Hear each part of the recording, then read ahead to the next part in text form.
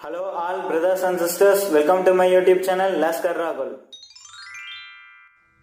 Chapter 19 of The Science of Being Great by Wallace D. Wattles. A View of Evolution. But how shall we avoid throwing ourselves into altruistic work if we are surrounded by poverty, ignorance, suffering, and every appearance of misery, as very many people are? Those who live where the withered hand of want is thrust upon them from every side appealingly for aid must find it hard to refrain from continuous giving. Again, there are social and other irregularities, injustices done to the weak, which fire generous souls with an almost irresistible desire to set things right. We want to start a crusade. We feel that the wrongs will never be righted until we give ourselves wholly to the task. In all this, we must fall back upon the point of view. We must remember that this is not a bad world, but a good world in the process of becoming. Beyond all doubt, there was a time when there was no life upon this earth. The testimony of geology to the fact that the globe was once a bowl of burning gas and molten rock, clothed about with boiling vapors, is indisputable, and we do not know how life could have existed under such conditions. That seems impossible. Geology tells us that later on a crust formed, the globe cooled and hardened, the vapors condensed and became mist or fell in rain.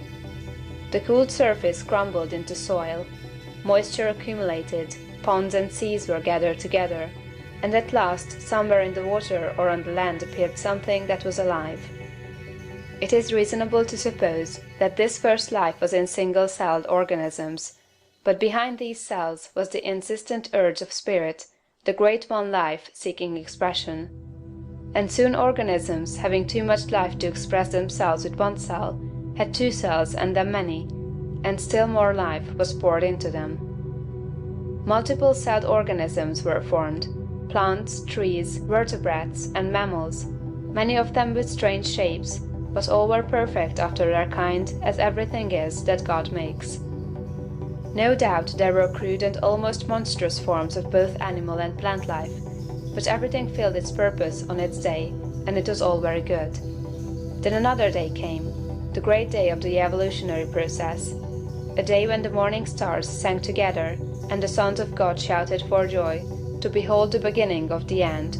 For man, the object aimed at from the beginning, had appeared upon the scene. An ape-like being, little different from the beasts around him in appearance, but infinitely different capacity for growth and thought. Art and beauty, architecture and song, poetry and music, all these were unrealized possibilities in that ape-man's soul, and for his time and kind he was very good. It is God that works in you to will and to do of his good pleasure, says St. Paul. From the day the first man appeared, God began to work in man, putting more and more of himself into each succeeding generation, urging them on to larger achievements and to better conditions, social, governmental, and domestic.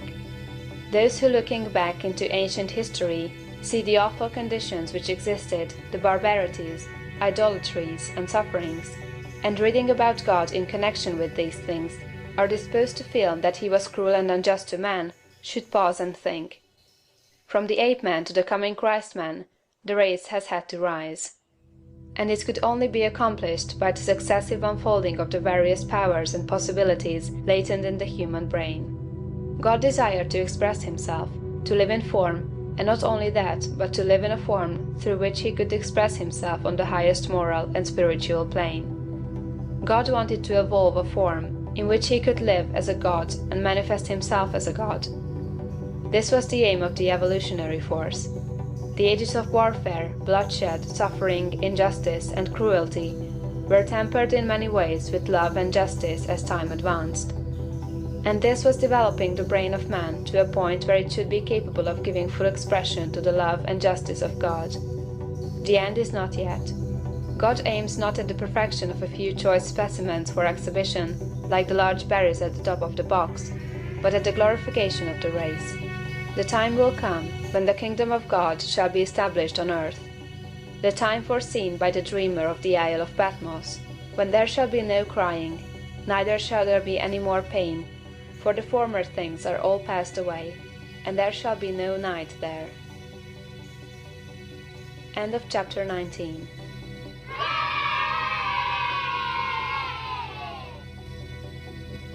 So brothers and sisters, thank you for watching this video. I will be seeing you in another video. Until then, this is me Raghul signing off.